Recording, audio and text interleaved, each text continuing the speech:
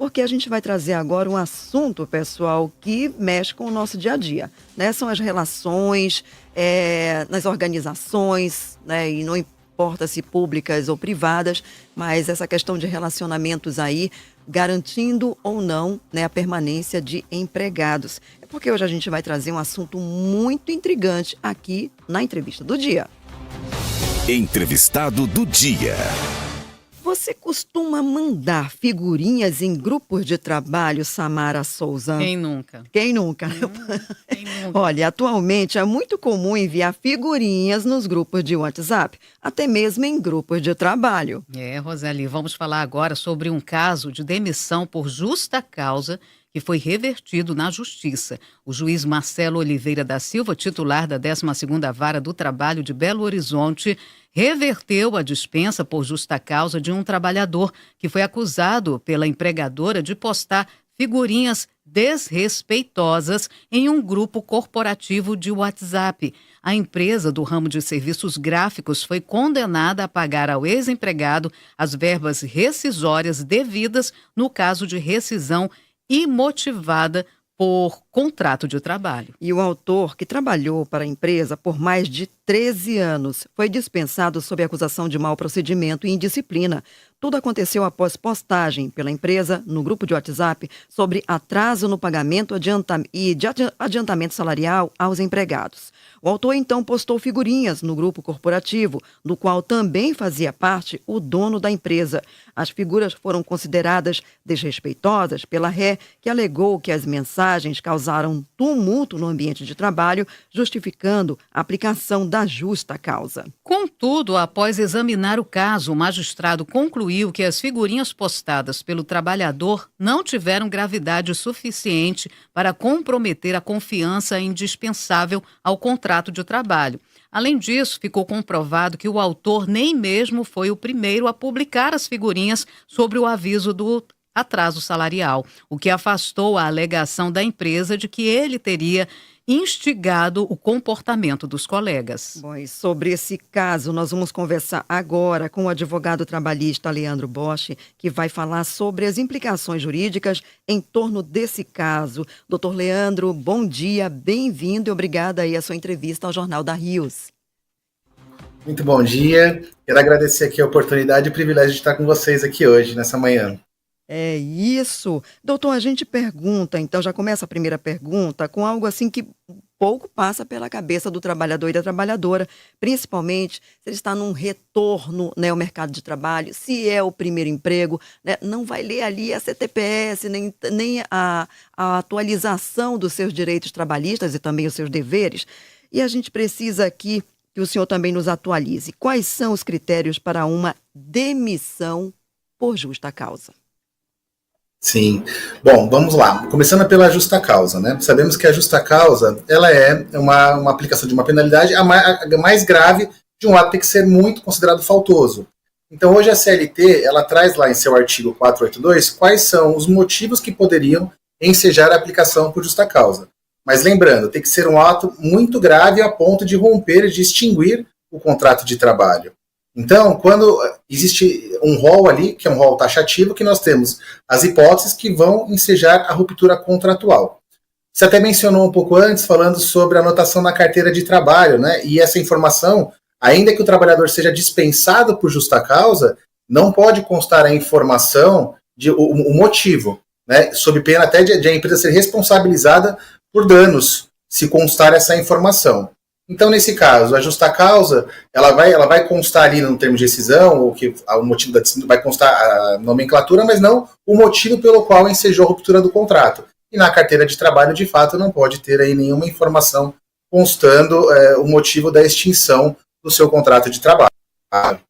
E o importante também, a título de informação, né, doutor Leandro, que o trabalhador sempre pode contestar na justiça essa forma de demissão, né? Exato, porque assim, a justa causa, como diz, é muito grave, tanto é que até o próprio trabalhador, ele pode entrar com uma rescisão indireta, na falta é muito que é a justa causa patronal. Então, assim, da mesma forma que não pode ser extinto o contrato sem nenhum motivo que a empresa deu, de igual forma o trabalhador não pode ser dispensado sob a alegação de justa causa por um motivo. Porque é uma modalidade tão grave que ela até o pagamento das verbas rescisórias, ela é diferenciada. Então, quando o trabalhador ele é dispensado por justa causa, ele vai receber ali somente os dias trabalhados, não vai levantar fundo de garantia, não terá direito ao seguro-desemprego, diferente da modalidade de dispensa sem justa causa, onde você vai receber ali todas as verbas rescisórias, aviso prévio, 13º, férias, fundo de garantia, seguro-desemprego. Então, além de macular o contrato de trabalho do trabalhador, a justa causa ainda tem essa implicação no pagamento de verbas rescisórias. E claro, o trabalhador, ele, sempre que ele se sentir lesado, ele poderá ir à justiça e levar o caso para poder contestar essa justa causa, como aconteceu nesta postagem das redes sociais, da figurinha que o trabalhador conseguiu reverter a decisão, uma vez que o juiz entendeu que não havia uma pena, não havia, era desproporcional a medida aplicada ao trabalhador em razão do fato cometido. É isso, doutor Leandro. E sobre então, né, essa situação aí da figurinha no grupo de WhatsApp, quais são os limites legais da liberdade de expressão no ambiente de trabalho, especialmente em grupos corporativos de WhatsApp? Exato, esse é um problema que nós temos aí hoje enfrentado, né? Então, nós temos, hoje o WhatsApp ele acabou virando uma ferramenta de trabalho. Então, o que seria importante? Nesse caso, as regras, é importante ter regras muito claras e transparentes sobre como os procedimentos que devem ser adotados, utilizar ali somente aquele grupo, né, para mensagens de trabalho, para fins profissionais. Então, nós temos até uma questão envolvendo o WhatsApp, não só, né, o limite de expressão, mas até mesmo o próprio controle de trabalho que às vezes acontece ali por meio do aplicativo. Então, nesse caso, lembrando esse que vocês comentaram, esse caso do trabalhador, ele tinha 13 anos numa empresa e acabou enviando lá uma figurinha, um emoticon, que, segundo o entendimento do juiz, além de ele não ter sido o primeiro, né, a ter feito essa postagem, houve comentários sobre o assunto, e aí não teve nenhuma gravidade para a empresa. É importante até ter a empresa estabelecer talvez um regulamento interno, um código de conduta, deixando todo mundo muito claro, tendo treinamentos corporativos ali com os colaboradores, informando o que pode, o que não pode, mas é claro, sempre também tem que ter um cuidado, tanto do trabalhador quanto da empresa, nas postagens ali que acontecem nesses grupos corporativos. Na dúvida, use o bom senso, né, doutor? Uhum. De ambas as partes, né? Exatamente, e considerando esse trabalhador que tinha mais de 13 anos, então é preciso verificar. Existem casos que até já foi levado ao TST discutindo sobre esse assunto, em que houve também envolvendo o grupo corporativo, mensagens no grupo corporativo, e até o ministro ponderou, levando em consideração o tempo do contrato de trabalho, se é um trabalhador que já tinha sido advertido por outras situações. Vamos imaginar essa situação. Houve uma postagem no grupo corporativo. A empresa ela entendeu que foi uma medida inadequada. Então, ao invés de desligar imediatamente por justa causa, o que ela poderia ter feito? Aplicado ali uma advertência, informando, olha, aqui nesse caso nós não admitimos essa situação.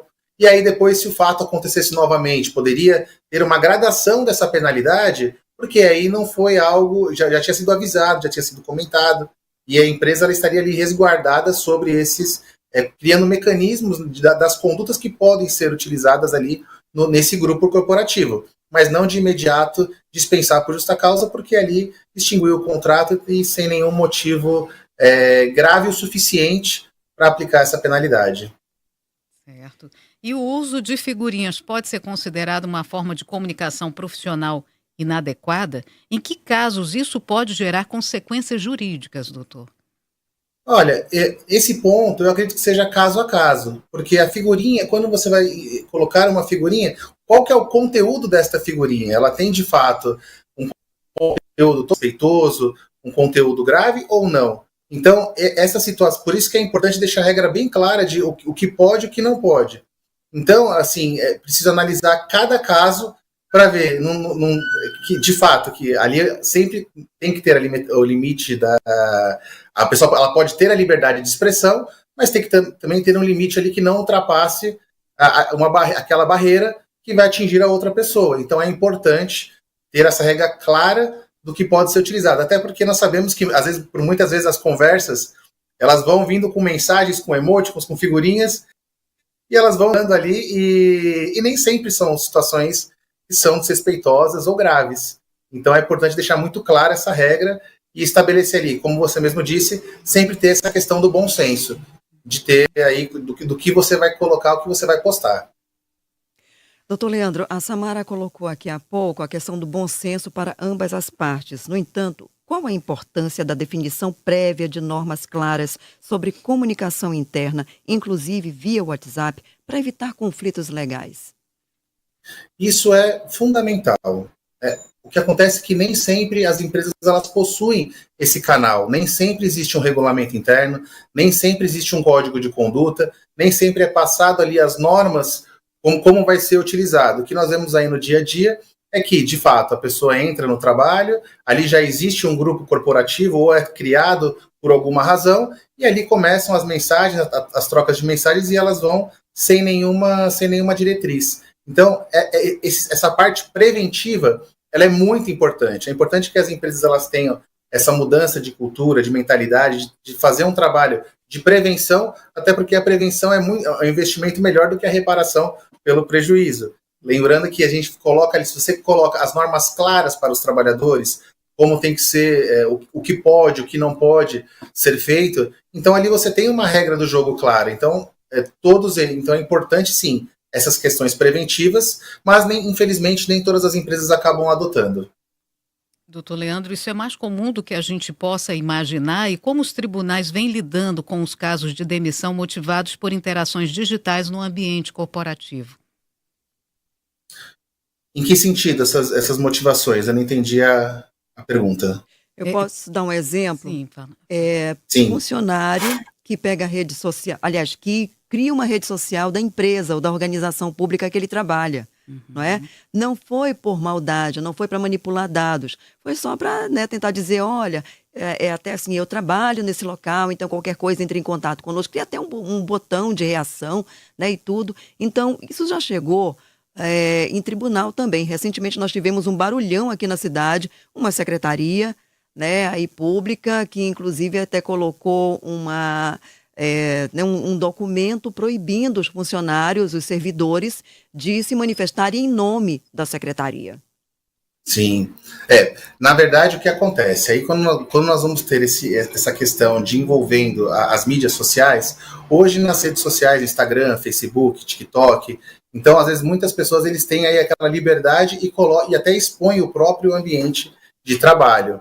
E aí, nesse sentido, é importante, quando essa questão é levada aos tribunais, analisar de fato qual posição, se ensejou, se maculou a imagem da empresa ou não, porque a empresa assim, ela vai poder ter ali também o direito à reparação, se houver ali um conteúdo negativo, um conteúdo difamatório. Então ela pode adotar as medidas cabíveis, se assim entender que houve ali, de fato, um prejuízo à sua imagem. Então é preciso, mais uma vez, justamente por esse fato, que é importante ter essa análise, essa prevenção, esses treinamentos, essas informações claras, até quando o trabalho está sendo iniciado, né? Porque ali você tem um ambiente que não é um ambiente, você se filmar dentro do ambiente do trabalho ali, você está entrando dentro da empresa. Então, tem que tomar uma cautela com o que está sendo colocado, com o que está sendo divulgado, porque, sim, existe sempre um limite ali para ambos os lados, tanto para o trabalhador quanto para a empresa. Entendi, porque uma coisa é uma equipe de comunicação voltada às redes sociais, outra coisa é você querer fazer esse trabalho individualmente para você se autopromover e, de repente, estar causando ali um prejuízo à empresa, né? Exato. Entendi, doutor. E, doutor Leandro, a gente encerra essa entrevista perguntando do senhor a sua análise sobre e recomendações também jurídicas que podem ser dadas tanto para trabalhadores e trabalhadoras quanto para empregadores e empregadoras no uso de aplicativo de mensagem para comunicação profissional. Exato, é isso que nós acabamos até trazendo um pouquinho antes, que é importante que seja feito. Então, essas regras elas têm que ser muito claras para ambos os lados. Então, a recomendação seria a seguinte: a empresa vai utilizar um mecanismo de WhatsApp para comunicação, que seja ali estabelecido as regras do WhatsApp. Por muitas vezes, até existem alguns casos que O próprio aplicativo ele permite que um administrador só mande as mensagens e passe as regras, que não tenha interação. Então são coisas que a gente vê no dia a dia que não tem aquela interação todo mundo, mas vamos colocar um WhatsApp que é realmente para tratar de reuniões de trabalho. Aquela reunião ela pode ser passada apenas por um administrador, né, da empresa, de forma única ali com as recomendações. Ou é um grupo para tratar de trabalho efetivamente, deixar claras as regras no próprio grupo, ou às vezes você coloca até no próprio grupo, você pode fixar as regras, o que pode e o que não pode. Além de você prevenir qualquer desconforto em relação ao envio de imagens, figurinhas, além disso, você pode ter outros mecanismos, até o próprio controle de jornada de trabalho, e utilizar somente para fins profissionais. Então é importante, sim, que estabeleça essas regras, e da mesma forma também fazer treinamentos com as pessoas, informar a importância que aquele grupo é um grupo profissional, que é utilizado apenas para determinada finalidade, e evitar comunicações que sejam estranhas aí ao trabalho. Bom, doutor Leandro, a gente encerra aqui então levando, né, o público que está assistindo nesse momento a nossa live pelas plataformas YouTube e também o Facebook, a sua rede social, né? Vamos lá no Instagram então, o nosso Vmix, o George Silva vai colocar no ar nesse momento, só pode comentar, inclusive eu já andei bisbilhotando aí no link do Conjur, viu? Só tem artigos muito interessantes. Sim, toda quinta-feira nós temos as publicações, eu, o professor Ricardo Calcini, temos a coluna Prática Trabalhista, onde temos aí toda quinta-feira uma novidade, um tema atual, e também a própria rede do escritório, Calcini Advogados, que nós temos aí publicações diárias sobre diversos conteúdos extremamente interessantes. É isso. Bom, gente. Inclusive, há 2 dias, o doutor colocou aqui, Gilmar Mendes diz que a STF deve julgar pejotização no 2º semestre. Então, o assunto não está morto, não. A gente vai ter ainda discussão desse assunto, hein? Valeu aí a dica. Já estou sabendo, já estou bem informada. Eu já gostei do Instagram do doutor Leandro. Olha só, o doutor Calcini, então, aparecendo, né, aí no primeiro plano e logo abaixo. Então, são esse artigo, né, que a gente está mostrando agora aí na tela. Olha, doutor Leandro, então. Leandro Bosch de Moraes, é isso, doutor? É isso. É isso, pesquisador, professor e também advogado trabalhista, que você deu essa entrevista incrível aqui para a gente, vai voltar, porque esse assunto da pejotização, né, é um assunto que não vai parar, né, não vai, enquanto não for dialogado. E a sociedade inteira tem que estar nesse diálogo, e não somente algumas pessoas que acham, né, que tem o poder da caneta na mão vão decidir. E o senhor fica aí um convite, então, para a gente trazer essa entrevista futuramente, doutor Leandro. Claro, com certeza. Esse, de fato, é um assunto polêmico que pode impactar aí fortemente as relações de trabalho no Brasil para o futuro. Então, é um assunto muito delicado que necessita aí uma atenção, uma cautela e uma análise, como você mesmo disse, de toda a sociedade ali sobre esse assunto. Muito obrigada. A sua entrevista de hoje, a gente volta num próximo momento aqui com a sua participação. Muito obrigado, um privilégio. Grande abraço, doutor Leandro.